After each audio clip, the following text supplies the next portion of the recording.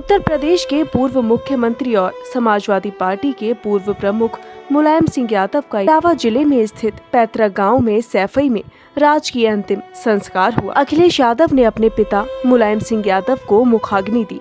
उनके पार्थिव शरीर को सुबह 10 बजे अंतिम दर्शन के लिए सैफई मेला ग्राउंड के पंडाल में रखा गया था। मुलायम सिंह यादव का सोमवार को निधन हो गया था।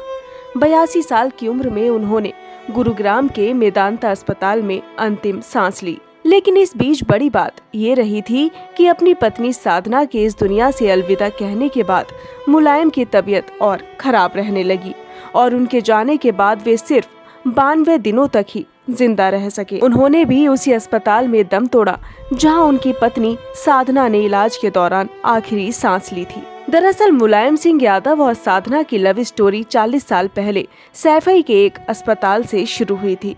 9 जुलाई 2022 को साधना का गुरुग्राम के मेदांता अस्पताल में निधन हो गया था। उसके बाद मुलायम ने इस लव स्टोरी को जिंदा रखा, लेकिन कल उसी अस्पताल में ये प्रेम कहानी खत्म हो गई।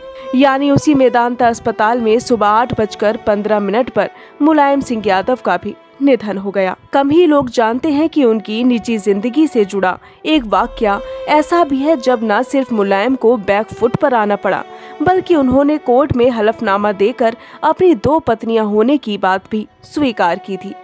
दरअसल सुप्रीम कोर्ट के वकील विश्वनाथ चतुर्वेदी ने मुलायम के खिलाफ 2 जुलाई 2005 को हलफनामा दाखिल कर पूछा था कि 1979 में 79,000 रुपए की संपत्ति वाला समाजवादी करोड़ों का मालिक कैसे बन गया। इस पर सुप्रीम कोर्ट ने सीबीआई से मुलायम की संपत्ति की जांच करने के लिए कहा। कोर्ट के आदेश पर जांच एजेंसी ने पिछले 2 साल यानी कि 2007 तक के मुलायम सिंह की संपत्ति से जुड़े पुराने पन्ने खंगाले। उस रिपोर्ट के बाद ही खुलासा हुआ कि मुलायम की दूसरी पत्नी का नाम साधना गुप्ता है। मुलायम और साधना की लव स्टोरी 40 साल पहले सैफई के एक अस्पताल में शुरू हुई थी। हालांकि ठीक तरीके से साधना मुलायम की जिंदगी में आई।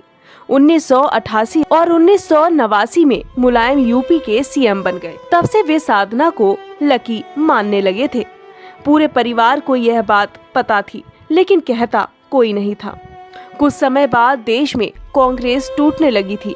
यूपी में पिछड़ा वर्ग खासकर यादवों का दबदबा बढ़ रहा था।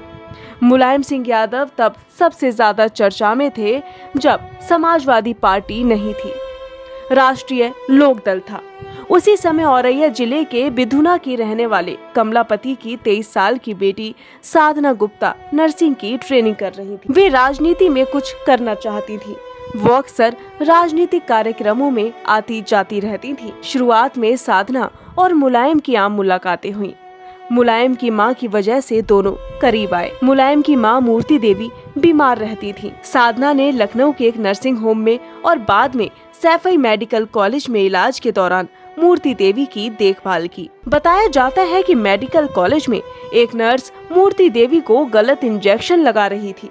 उसी समय साधना वहां मौजूद थी और उन्होंने नर्स को ऐसा करने से रोक दिया। साधना की वजह से ही मूर्ति देवी की जिंदगी बची थी। मुलायम इस बात से बहुत इम्प्रेस हुए और दोनों के रिश्ते की शुरुआत हुई। साल 2019 के पहले मुलायम 23 साल तक लखनऊ के विक्रमादित्य मार्ग के सरकारी बंगले में रहते थे, लेकिन 2019 में सुप्रीम कोर्ट के आदेश पर उन्हें बंगला छोड़ना पड़ा।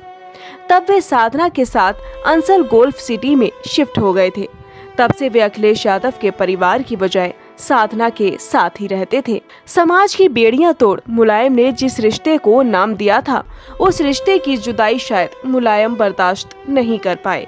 5 जुलाई 2022 को साधना को गुरुग्राम के मेदांता में भर्ती कराया गया। उनके फेफड़े में संक्रमण था और 9 जुलाई 2022 को साधना का निधन हो गया। उसके बाद से मुलायम की भी तबीयत और ज्यादा खराब रहने लगी। करीब 45 दिन से मुलायम उसी अस्पताल में भर्ती थे जहां साधना का निधन हुआ था। 10 अक्टूबर को 8:15 पर मुलायम का भी निधन हो गया। देखा जाए तो साधना के जाने के बाद मुलायम केवल 92 दिन ही जिंदा रह सके। Bureau report अखबारवाला.com।